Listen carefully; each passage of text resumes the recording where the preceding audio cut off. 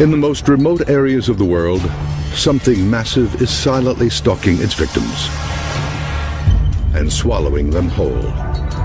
They cut it open, and soon enough they found the little girl in the stomach of the snake. History supports the existence of snakes larger than anyone imagined. A 30-foot python probably has the ability to open its mouth 2 to 3 feet wide. This would lead you to believe that, yes, it could swallow an adult human being. Now, using the latest technology, science explores the wilderness. Oh, wow, there's a big guy right here, right ahead of us, right there. And uncovers evidence much closer to home. Hold on, there's one. An expedition searches for proof and uncovers some surprises. He's got me. Witnesses around the world report seeing monsters. Are they real or imaginary? Science searches for answers on Monster Quest. This is the Republic of Venezuela. The rugged grasslands here teem with monkeys, giant anteaters, and the world's largest rodents, called capybaras. Lurking beneath the surface of these rivers are ferocious predators, like crocodiles and piranhas. But the people here say something even bigger and more deadly is out there. Legendary, monster-sized anacondas. And they are becoming its prey. He's saying that there was 40 to 50 meters long. He had my whole hand in his mouth. The snake pulled me down to the ground, so I was just trying to get my hand back. The girl was lost. No one could find her. The snake had already swallowed her. Anacondas are some of nature's most vicious predators, equipped with razor-sharp teeth and powerful muscles to crush their prey. The teeth of the anaconda are like needles that curve backwards. If you try to pull out, they go in even further, deeper. And then it throws a couple loops and starts squeezing incredibly powerfully. The prey is trying to get its breath, and with every breath, those toils just tighten up even more until cardiac arrest. Here you can see an anaconda making a meal of a capybara. The snake squeezes the animal, then swallows it whole. Eyewitness reports from around the world describe monster snakes reaching nearly 150 feet, or half a football field in length. These giants could be anacondas or pythons, two of the largest snake species in the world. Unlike other snake species, which kill their prey with poisonous venom, pythons and anacondas are constrictors, snakes that squeeze their prey to death. Pythons are native to Asia and Africa, anacondas to South America. No one has ever produced hard evidence of a python or anaconda longer than 30 feet. Monster Quest is sending biologist Jesus Rivas deep into Venezuela to hunt for just such a giant, an anaconda bigger than any found before. He's flown from Caracas, the Venezuelan capital, to the town of Barinas. From here, it's a 3-hour drive into the Llanos. Los Llanos, in Spanish, means plains. It is a 200,000 square mile swath of wild savanna. The largest anacondas I found was about 17, 18 feet long. However, there have been a couple of stories people have told me that refer to a very large snake, probably much larger than anyone that I have caught. And I had no reason to disbelieve this story. The first stop on Rivas's expedition is here, the tiny town of Montecao. It's the final outpost before leaving civilization behind. He's looking for clues from the locals about what they've seen. And he's led to this man. He just told me a story, actually quite remarkable, something that happened to his cousin 35 years ago. The man claims that his 13-year-old cousin had gone down to the local river alone. an anaconda approached. In the water, the snake was all but invisible.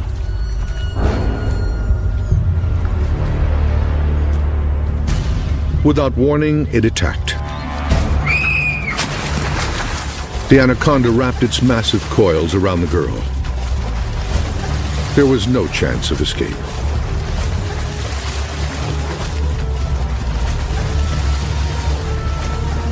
The snake squeezed the girl to death, then proceeded to swallow her whole. They found her, they killed it, they cut it open, and sure enough they found the little girl in the stomach of the snake.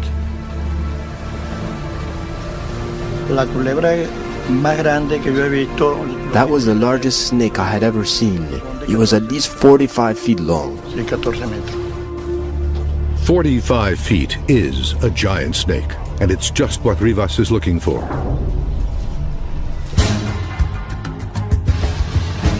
From this town, it's an hour's drive to this remote ranch called El Cedral. This will be Rivas's base of operations. Because anacondas can thrive on both land and in water, Rivas has a plan to search both for the elusive giant snake. He's pioneered a low-tech but daring technique to search for these predators, feeling for them with his bare feet. He'll also be armed with motion-triggered cameras and the latest military-grade sonar to help him peer into deeper waters. Existing evidence of giant snakes is sparse. One of the earliest and most famous accounts comes from British explorer Percy Fawcett, who in 1907 says he encountered a 62-foot anaconda in Brazil. Later expeditions came back with fantastic stories of killer snakes. But more recently, this series of photographs surfaced on the internet. They appear to show a man swallowed whole by a giant python.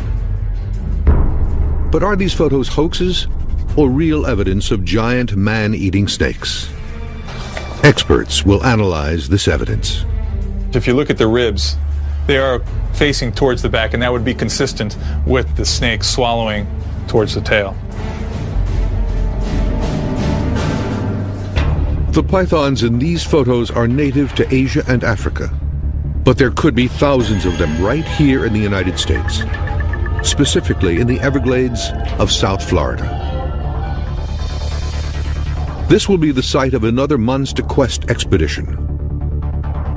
With more than 1.5 million acres of wilderness, this is a perfect hiding place for giant snakes, as seen in these shocking pictures taken in 2005.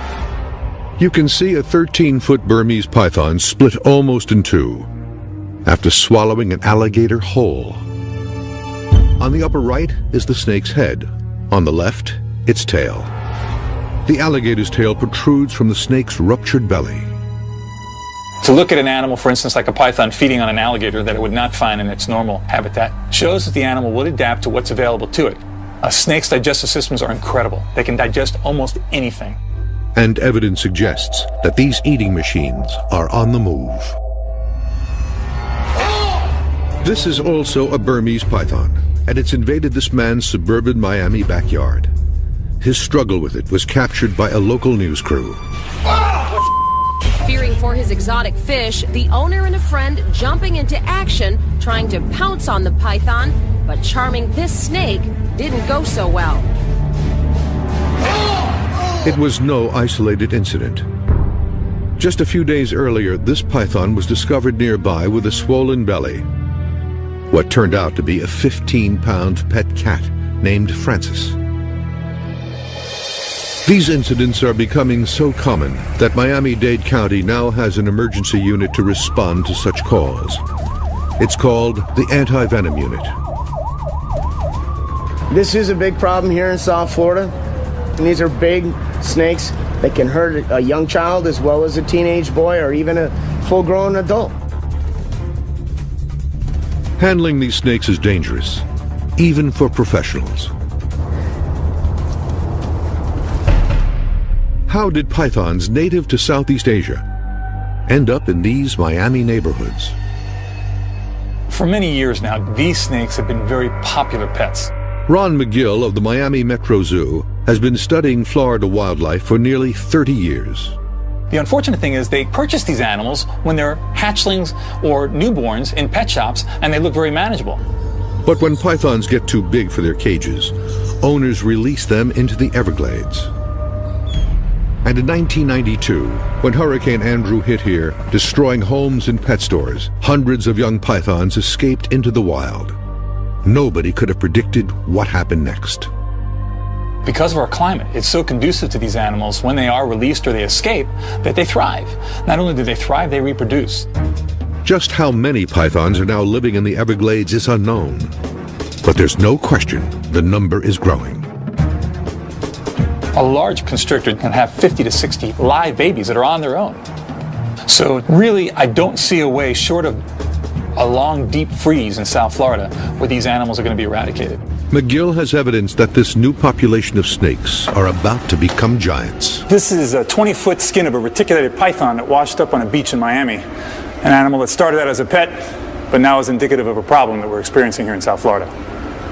And the South Florida environment is extremely conducive to the growth of these snakes. It's a warm, humid environment, has an incredible prey base, whether it be raccoons, possums, waterfowl, and quite supportive for snakes reaching maximum size. The implications to people here in Florida could be lethal. A snake this size in a residential area can pretty much prey on anything he wants. This snake could kill me that fast if it wanted to. Wildlife biologist Joe Wasilewski is no stranger to giant snakes. In 1989, he helped capture this 22-foot python, the biggest snake ever found in the United States. Now he's going to lead a hunt here in Florida to find a giant even bigger than that. Wasilewski believes that giant snakes are thriving in the Everglades and may start crossing into residential areas. Now he's looking for evidence. But snakes, even giant ones, are elusive. First, he will set up motion-sensing cameras. You know, this is actually perfect. If I were to be a python in this neighborhood, this is where I'd want to be. Nice shaded, houses all over, Everglades right there. This could be the spot. The place he's chosen is the border between the Everglades National Park and the densely populated suburbs south of Miami. They'll be going from point A to point B. And if there's any movement in front of this camera, it will catch it. Now he'll drive along this boundary in search of evidence that full-grown pythons, upwards of 20 feet, are in fact leaving the Everglades and invading these neighborhoods. If the pythons are in the Everglades, it's just a matter of crossing a road to get into these urban areas. Will Wasilewski find the giant snake he's looking for? Yeah, wait, hold on. There's one. In South Florida, there are signs that dozens of neighborhoods around Miami could be under attack from giant killer snakes. Experts point to these photos as evidence. They were taken by a wildlife researcher in the Everglades in 2005. They show a 13-foot Burmese python which appears to have burst open after swallowing a 6-foot alligator whole. Snakes' digestive systems are incredible. They can digest almost anything. People are speculating, well, that the python just exploded because the alligator was too big. That's really not the case at all. What most likely happened is that this alligator was swallowed. Either a claw or a tooth or something caused some type of perforation in the python's gut, caused an infection which led to the death of the snake. If pythons are growing large enough to swallow alligators whole, then they could be a threat to people living nearby. A python that gets to any of significant size in a place like the Everglades will feed on any warm-blooded mammal of any size that it can kill and swallow. They can adapt, they can branch out, they can be found in suburban areas. A 2007 U.S. Geological Survey reports that as the Earth continues to warm, to California.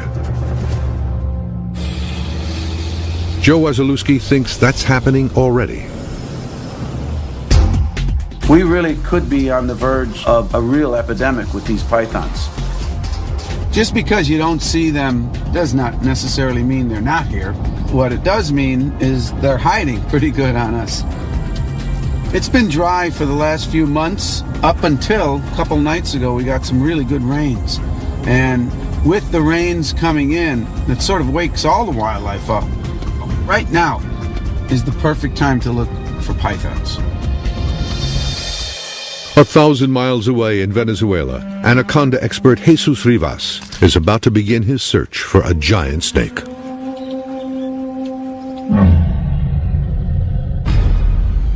This region of South America is a hotbed for giant snake sightings. From neighboring Brazil came one of history's most widely cited encounters.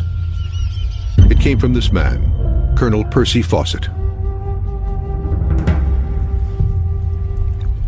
On January 7, 1907, Fawcett was on assignment with Britain's Royal Geographical Society. He described the encounter in his journal. We were drifting easily along in the sluggish current when there appeared a triangular head and several feet of undulating body. It was a giant anaconda. I sprang from my rifle and, hardly waiting to aim, smashed a .44 soft-nosed bullet into its spine. We stepped ashore and approached the reptile with caution. As far as it was possible to measure, a length of 45 feet lay out of the water, and 17 feet in it, making a total length of 62 feet.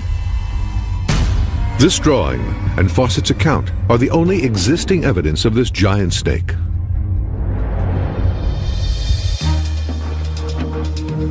In his search for new evidence, Jesus Rivas will use cutting-edge sonar imaging technology, originally designed for the U.S. Navy to detect suspicious divers in restricted waters.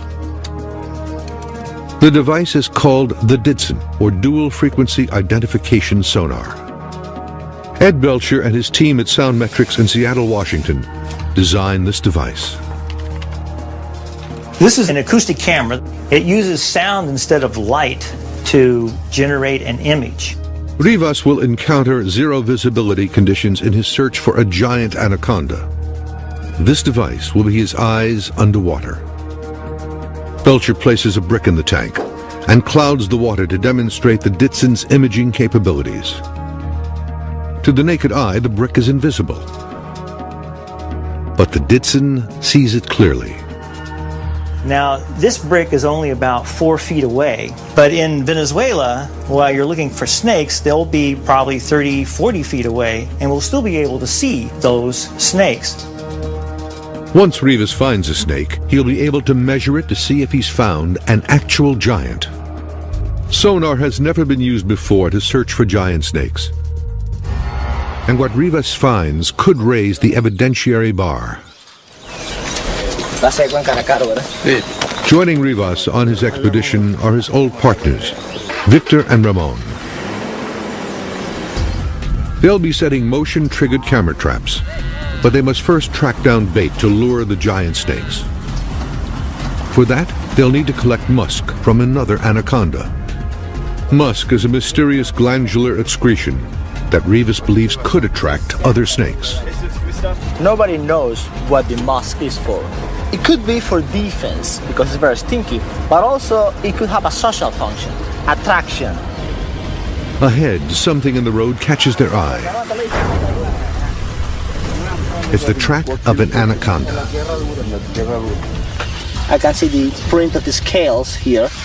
Dirt in this side tells me the snake is going that way. And because of that print size, I can tell this snake was about 8 to 9 feet long. When I see a track this fresh, I know it's only an hour or two old. So this anaconda has to be nearby. Anacondas inhabit shallow swamps where they stalk their prey. 5 years ago, this particular swamp was the site of a near fatal attack. This man, Jose de Esteban, is a cowboy at El Cedral. the same ranch where Rivas is based. He is one of the few locals to tangle with an anaconda and live to tell about it. De Esteban had heard a report of a large anaconda by the roadside and went to investigate. I was out there looking for one, and I saw it on the ground. And without even thinking, I bent out to see it closer, and before I knew it, it got me. De Esteban struggled to keep the anaconda's coils from wrapping around his body. After nearly 5 minutes, he finally wrestled himself free.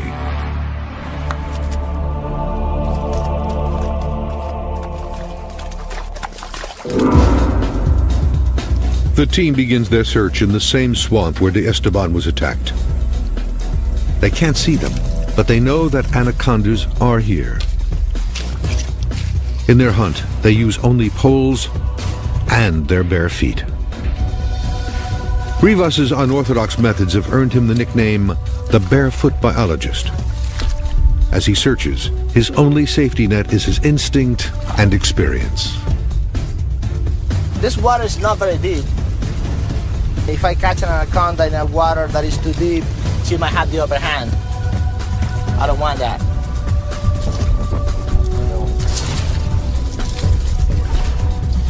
This is a snake here, not a very big one.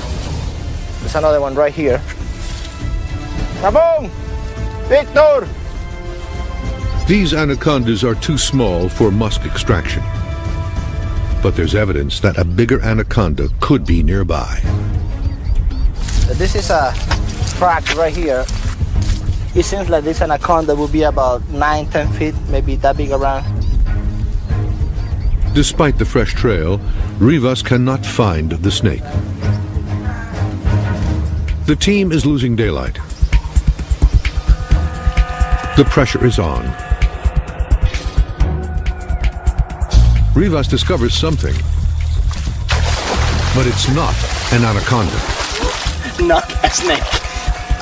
Nobody went to find. It's a small but very unhappy crocodile.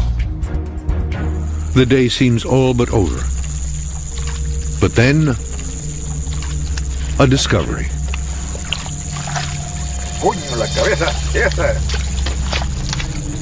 Oh, it's very strong. For a small snake. Now this baby's actually putting the squeeze on my arm now. If it's any harder, I wouldn't be able to withstand it. This feisty anaconda is just right for Rivas to extract its musk. At first light, the team will set the camera traps and test the sonar. I can see how fat he is. And in Florida, a monster quest demonstration goes terribly wrong.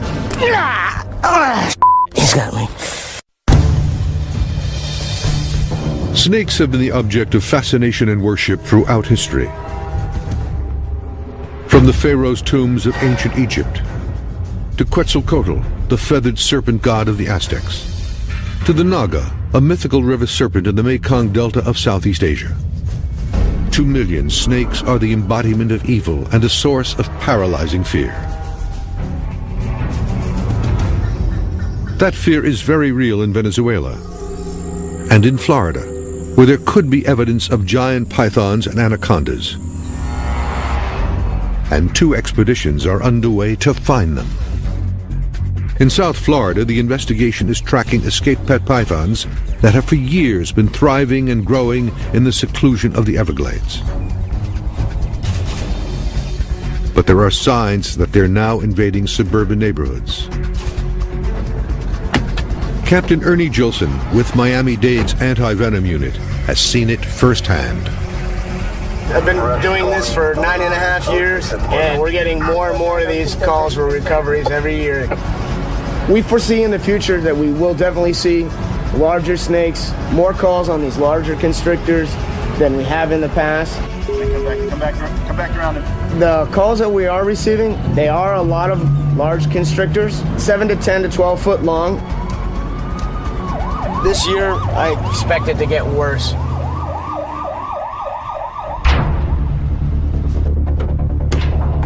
Captain Gilson and his partner, Captain Chuck Seifert, agreed to demonstrate for Monster Quest how they capture these deadly predators. This is a 10-foot python caught on a recent call, and it's not happy. They try to subdue it by covering its head with this bag. But this python is intent on escape. They need to act fast. He's pissed at me. And as a last resort, Gilson abandons his tools for his bare hands. Maybe I can get him to chill. He needs to sneak up behind the snake, then grab it right below its head to stay clear of its jaws. I'm gonna walk around this way, since he's fixated there. Come from behind him and grab him.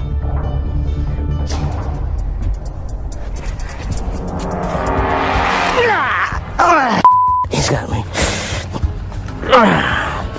The snake bites Gilson, clamping down on his wrist.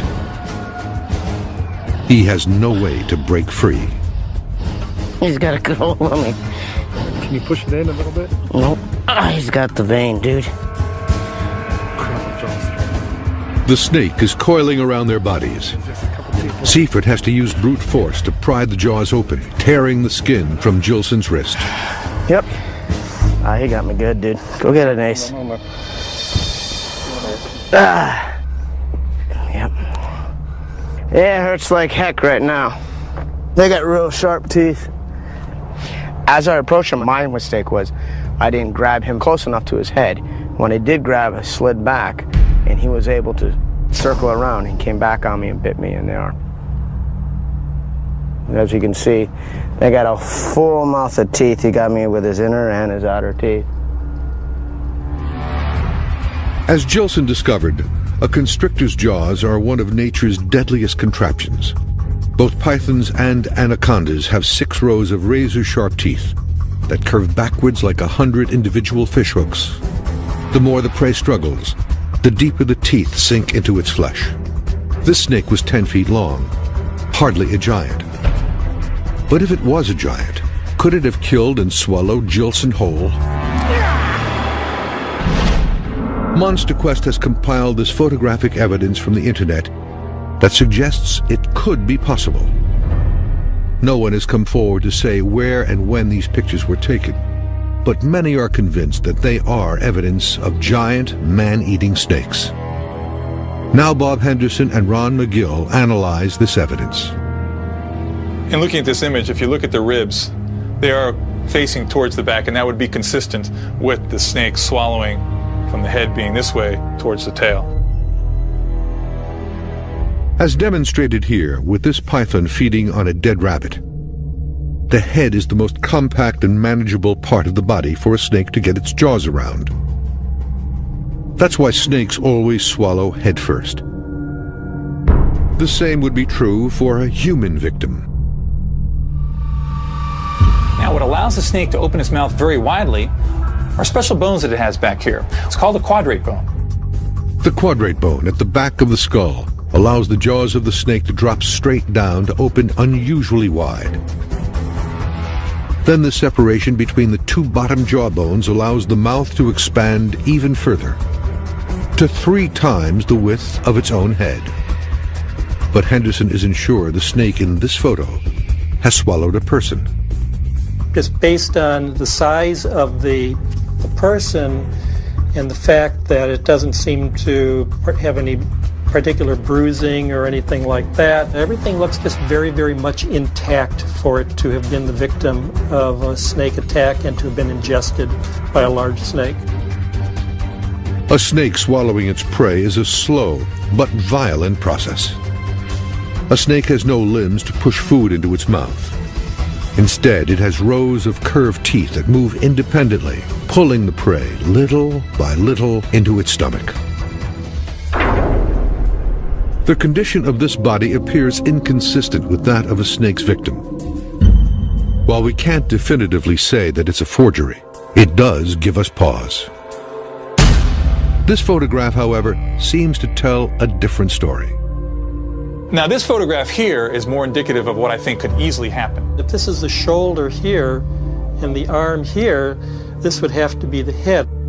This photo was taken in 1995 by a policeman in Malaysia. He claims it shows a man lying face down with his head in its mouth. I think the snake could have a real hard time getting around what looked like they might be fairly broad shoulders.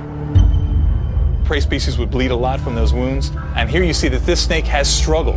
It has tried to go back and forth, trying to get over those shoulders, which is spreading this blood, spreading this injury.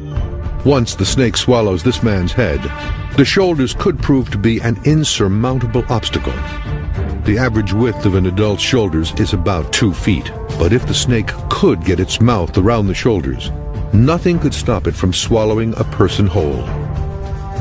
A 30-foot python probably has the ability to open its mouth 2 to 3 feet wide.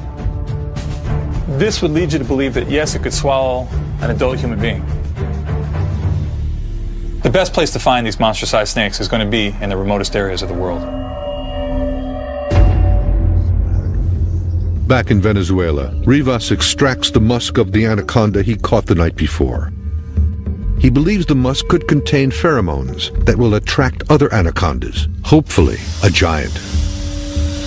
So maybe if this musk has a social function, with the camera traps, we might be able to find bigger, better, more anacondas.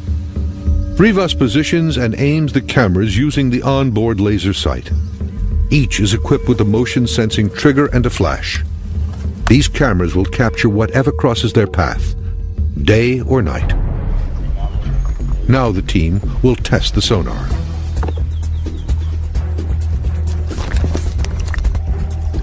Cool. I can see him. I can see his arms, his feet. I can see how fat he is. Let me measure how fat he is.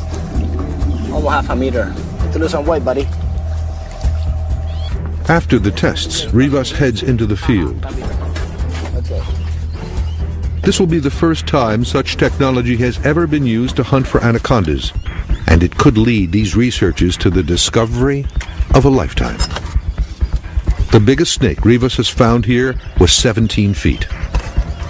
Could an even bigger anaconda, a giant, be lurking beneath these waters? Ooh, there's something there right in front of us. That looks like a snake. Look. Aguántalo, aguántalo. It really looks like a snake down here.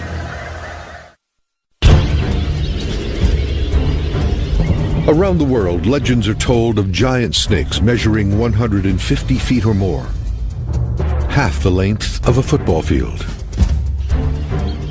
Anaconda expert Jesus Rivas and his team are on the hunt for just such a monster snake in Venezuela. On land, they've baited and set motion-sensing camera traps. Their search now moves to the water. If an anaconda grows to be too large, it will be limited to deeper water. That's why I think that in these places, I might be able to find larger animals. Visibility under this water is almost zero. But here, the Ditson sonar sees everything. Oh, there's some fishes. A whole bunch of fishes, look. Or piranhas. Then something much bigger appears on the sonar. There's some shadow here. And I see the bubbles right in front of me, but I'm trying to see it under the water with the sonar. What Rivas sees is the outline of a crocodile. And it's huge. I can actually measure how big it is. It shows now about 3.5 meters long. That is 14, 15 feet long. Big girl. Rivas continues his search for a giant snake. If he finds one, he may have to jump in to catch it. The water is anywhere, I'm thinking, above my chest. It might not be very wise of me to get into the water. If the water is shallower, then I might have to give it a go. Suddenly, a promising shape appears on the sonar screen. There's something there right in front of us. Ooh, that looks like a snake. Look. Échale para atrás un poquito. Rivas abandons the sonar to search for the snake by hand. But he can't feel it. Adelante, Víctor. What Rivas saw on the sonar was the dense aquatic vegetation on the river bottom, not a giant snake. The sun is setting, but he is undeterred. Like the sonar, anacondas can see in the dark, and they will remain active throughout the night.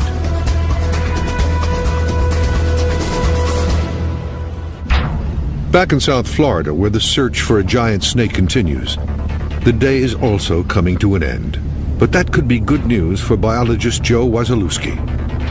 As the sun goes down, the roads stay warmer, the snakes, pythons in this case, will begin to migrate across, and that's usually when they move is right after sunset and into the night. His search begins to look even more promising. This really is a good road. It's sort of secluded. There's a little bit of an orchard here. There's some nurseries, there's homes, and this is really perfect to find a python. His intuition is right. There you go. I think I see something. Yeah, wait. Hold on. There's one.